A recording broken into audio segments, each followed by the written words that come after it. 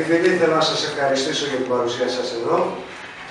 Βρίσκομαι στην ευχάριστη θέση να καλωσορίσω τον κύριο Χρυσανθακόπουλο Αλέξανδρο, τον βουλευτή Πάτρας, τον πρώην βουλευτή Πάτρας των Ανεξάρτητων Ελλήνων, και να σας ευχαριστήσω για την παρουσία σας, και σας κύριε βουλευτέ και τα ΜΜΕ. Σας δίνω το λόγο ώστε να προχωρήσετε στην παρουσίαση του ψηφοδελτίου της Πρέβεζας. Γεια σας. Είναι μεγάλη μου χαρά να είμαι στην Πρέβεζα, σε έναν χώρο όπου οι ανεξάρτητοι Έλληνες δίνουν δυναμικό παρόν και αυτή τη φορά αισιοδοξούν να πετύχουν ακόμα καλύτερο αποτέλεσμα από τις προηγούμενες εκλογές, γιατί υπάρχει μια δυναμική στην κοινωνία που μέρα την ημέρα αναπτύσσεται όλο και πιο πολύ και γιατί το κόμμα μας είναι ένα κόμμα ευθύνης που παρουσιάζει ξεχωριστές πολιτικές θέσεις από τα άλλα κόμματα.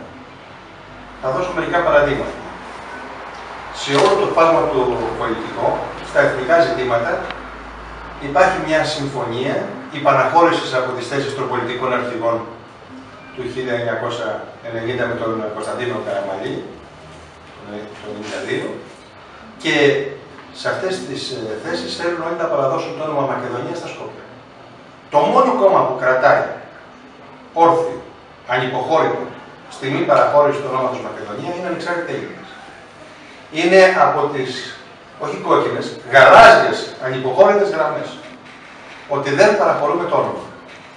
Να λοιπόν τι σημαίνει να συμμετέχει αυτό το κόμμα στην κυβέρνηση και να είναι ο καθοριστικός παράγοντας στη λήψη των σημαντικών αποφάσεων. Είμαστε εμείς που αντισταθήκαμε και δεν ψηφίσαμε τον νόμο για την ηθαγένεια, δεν ψηφίσαμε τον νόμο για το τζαμί και που πετύχαμε, και δεν το ξέρουν πολύ αυτό, να αποσυρθεί ο νόμος για την κάρτα του πολίτη. Μάλιστα το ελληνοορθόδοξο κίνημα σωτηρίας που έκανε τις διαδηλώσεις παλιά, αν θυμίστε, για την κάρτα του πολίτη και για την αναγραφή του θρησκεύματος στις ταυτότητες, βγήκε ανοιχτά υπέρ των ανεξαρτητών Ελλήνων αμέσως μετά την απόσυρση του συγκεκριμένου νομοσχεδίου από την Βουλή. Θέλω να τονίσουμε ακόμα ότι τα δικά μας χαρακτηριστικά σε σχέση με τα άλλα κόμματα είναι πρώτον ότι εμείς υπερασπιζόμαστε την Ορθοδοξία και σαφώς είμαστε απέναντι σε όλους αυτούς που θέλουν να οδηγήσουν σε πνευματικό χωρισμό την Εκκλησία από το κράτος. Διοικητικό, βεβαίως, κανείς δεν έχει αντίρρηση. Αλλά ο πνευματικός χωρισμός σημαίνει ότι σταματάει ο όρκος στην Αγία Τριάδα, σταματάει όλη αυτή η διαδικασία που προβλέπει το Σύνταγμα της Ελλάδος, το οποίο ορίζει από τα πρώτα του άρθρα ότι η Ορθοδοξία είναι επικεφαλής του ελληνισμού. Αυτή λοιπόν η τροποποίηση του Συντάγματος επιδιώκει το ποτάμι, το Πασόκ, και θα το τονίσω αυτό γιατί ο κύριος Αλιβιζάτος είναι ο συντάκτης του συγκεκριμένου κειμένου που είναι στο ποτάμι επικεφαλής επικρατείας, συγγνώμη, ήταν υποψήφιος πρόεδρος και είναι τελευταίος του επικρατείας, γιατί πρώτος είναι ο κύριος Διαμαντούρος της ίδιας ομάδας του Κώστα Σιμίδη. Τονίζουμε επίσης ότι απέναντι στη Νέα Δημοκρατία, από την οποία πολλά στελέχη των ΑΝΕΛ, πλειοψηφικά θα μπορούσε να πει κανείς, προέρχονται, αποτελεί ένα κόμμα αντίπαλο σε επίπεδο θέσεων με τους ανεξάρτητους Έλληνες, διότι εμπεριέχει στους κόλπους της, πρώτον, τις δυνάμεις του εθνομηδενισμού, της Μαριέτας Γιαννάκου και των υπολείπων που κάνουν την παραχάραξη της ιστορίας, τα κυκλώματα αυτά δηλαδή, τα οποία έχουν παρεσφίσει σε όλα τα κόμματα και αποδομούν το έθνος και την ταυτότητά μας, και είμαστε και σε αντιπαράθεση με τη Νέα Δημοκρατία για έναν βασικό λόγο. Είναι το κόμμα της λίστας Λαγκάρτ, μαζί με το Πασόκ, το κόμμα της Siemens, όπου έπαιρναν σύμφωνα με την απόφαση του Γερμανικού Δικαστηρίου το 3% όλων των συναλλαγών της Siemens με την Ελλάδα ήταν μίζες, τις οποίες πήραν φυσικά πρόσωπα και κόμματα. Πρόκειται λοιπόν για μιζοκόμματα. Και η αντίστασή μας να συνεργαστούμε μετεκλογικά με τη Νέα Δημοκρατία έγινε και σε αυτό. δεν μπορεί να συνεργαστούμε με ένα κόμμα στο οποίο δεν έχει επέλθει κάθαρση.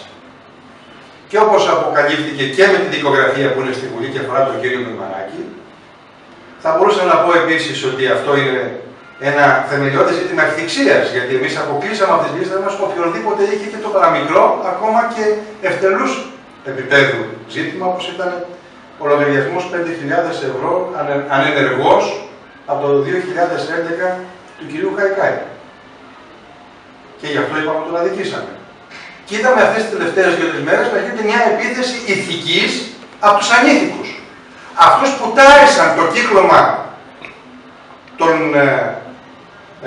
διαπλεκωμένων συγκροτημάτων κατασκευαστικών εταιριών, που πήραν από το προηγούμενο έστα 5 δις και τους τα έδωσαν, χωρίς να συνεχίσουν και να ολοκληρώσουν τα έργα. Σε αυτούς λοιπόν δίνει αναφορά το υπηρετικό πολιτικό προσωπικό της Νέας Δημοκρατίας και του ΠΑΣΟΚ, με το οποίο είμαστε σε σφοδρή αντιπαράθεση. Γι' αυτό, παρότι μας χωρίζουν πάρα πολλά από το ΣΥΡΙΖΑ και στα εθνικά ζητήματα, και για τη Θράκη και για τα ζητήματα διαχείρισης του μεταναστευτικού, όπως έχουμε τονίσει, γιατί εμείς δεν θέλουμε την αυτόματη πολιτογράφηση κάθε μετανάστη. Επειδή είναι ένα κόμμα το οποίο δεν έχει διαφθαρεί, είμαστε σε συμμαχία, έντιμη σχέση, και επειδή διακόπηκε πολύ γρήγορα μέσα από ένα συμβιβασμό με τους δανειστές μας η διακυβέρνηση της χώρας, ζητάμε τη συνέχιση της διακυβέρνησης με όρους κατάστασης του πολιτικού συστήματος και διαχείρισης των δημοσίων κοινών και αγαθών με όρους διαφάνειας, καθαρότητας και χωρίς την παραμικρή υποψία. Είμαστε σε μια δυναμική τροχιά ανόδου της εκλογικής μας επιρροής, γιατί είμαστε οι ανεπιθύμητοι του συστήματος. Διότι με τους ΑΝΕΛ στην κυβέρνηση δεν χωράει η Νέα Δημοκρατία και ΠΑΣΟΚ. Χωρίς εμάς όλα είναι ανοιχτά για να συνεχίσει το παλαιό καθεστώς την διαδρομή του. Αισθανόμαστε περηφάνεια που στους ανεξάρτητους Έλληνες έχουν ενωθεί δυνάμεις προερχόμενες από την πατριωτική αριστερά και το πατριωτικό ΠΑΣΟΚ.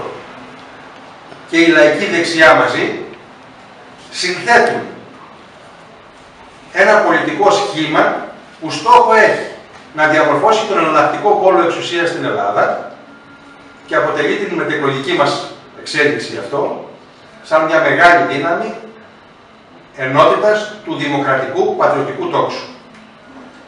Και για να τοποθετούμε απέναντι σε όλους, η Χρυσή Αυγή είναι ένα κόμμα ανοιχτά πολιτικό, που είναι ένα δοχείο υποδοχής ψήφων διαμαρτυρίας σε όσους ακόμα δεν έχουν συνειδητοποιήσει ότι το να επικροτήσει τους μπράβους της νύχτας, τους ανθρώπους αυτής της νοοτροπίας που λατρεύουν τον ναζισμό, τουλάχιστον σε επίπεδο ηγεσίας αναφέρω, δεν έχει κανένα νόημα.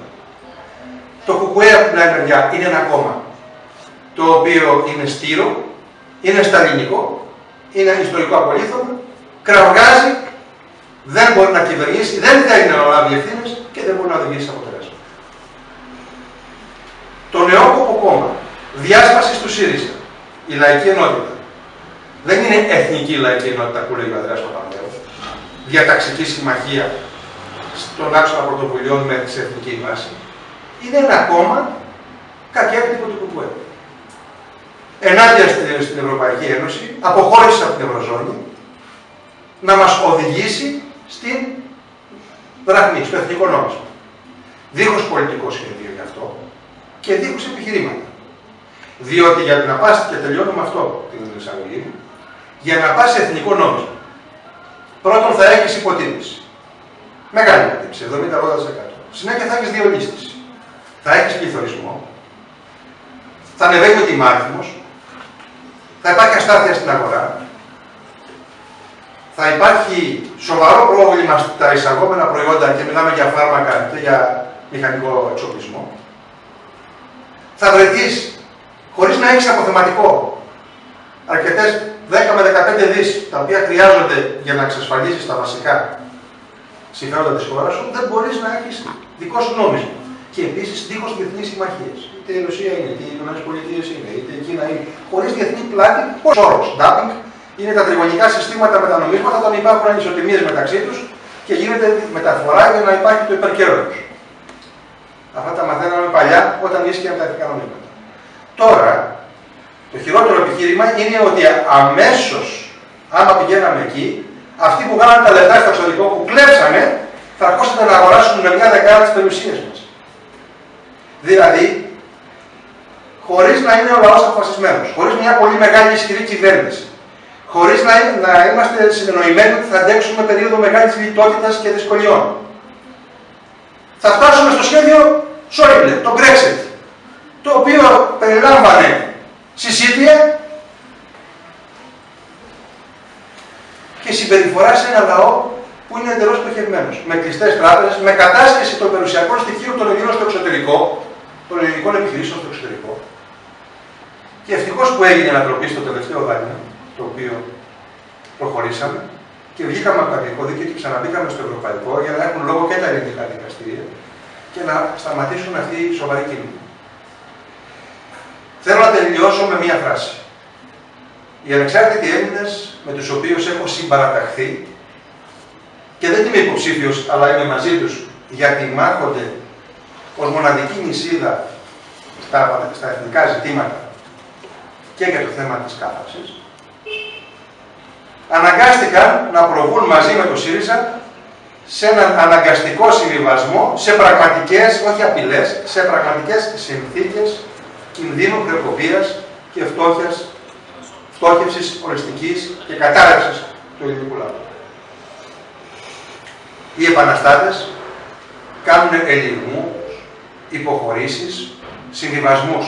Ο Κολοκοτρώνης δεν πήγε γιουρούσι για να πεθάνει στη μια μάχη και τελείωσε. Είχε τακτική. Οι επαναστατημένοι θέλουν ανά πάσα στιγμή να αναπτύξουν τα πάντα και ό,τι γίνει. Δεν είναι έτσι. Εμείς λοιπόν είμαστε κάθετα αντίθετοι με τη λογική του κυρίου Λαφαζάνη και της κυρίας Κωνσταντοπούλου και των υπολείπων. Είμαστε σε απόσταση από όλους αυτούς που νομίζουν ότι τώρα μαζεύτηκαν όλες οι ιστορικές στιγμές για να λύσουν τα μεγάλα θέματα. Άλλοι θέλουν σοσιαλιστική επανάσταση, άλλοι θέλουν ό,τι μπορεί να διανοηθεί κανείς. Εμείς θέλουμε να σωθεί η Ελλάδα και ο λαός της, συνδεδεμένο. Και στον αγώνα αυτό οι ανεξάρτητοι Έλληνες έχουν παρουσία, δυναμική και τα στελέχη τους είναι στην πρώτη γραμμή της μάχης για το αποτέλεσμα. Ναι, εμείς θα σπάσουμε τον τζαμπουκά του κ. Μημαράκη, τον οποίο αποκαλούσε μπροστάντζα ο Άδωνης, ο Βορύδης και οι βουλευτές του λαού από το 2009 και μετά. Ναι, εμείς θα τους στείλουμε στο δικαστήριο όλους αυτούς. Ναι, μετά τις τελευταίες έρευνες από τη λίστα Λαγκάρ θα πληρώσουν και θα φέρουν πίσω τα κλεμμένα. Ναι, οι Έλληνες αξίζουν περηφάνεια, σεβασμό και πολιτικά κόμματα που έχουν την ταπεινότητα να κοιτάζουν τους Έλληνες στα μάτια γιατί αποτελούν μέρος αυτού του λαού και όχι δυνάμεις επιβολής ή υπηρετικό πολιτικό προσωπικό επιχειρηματιών.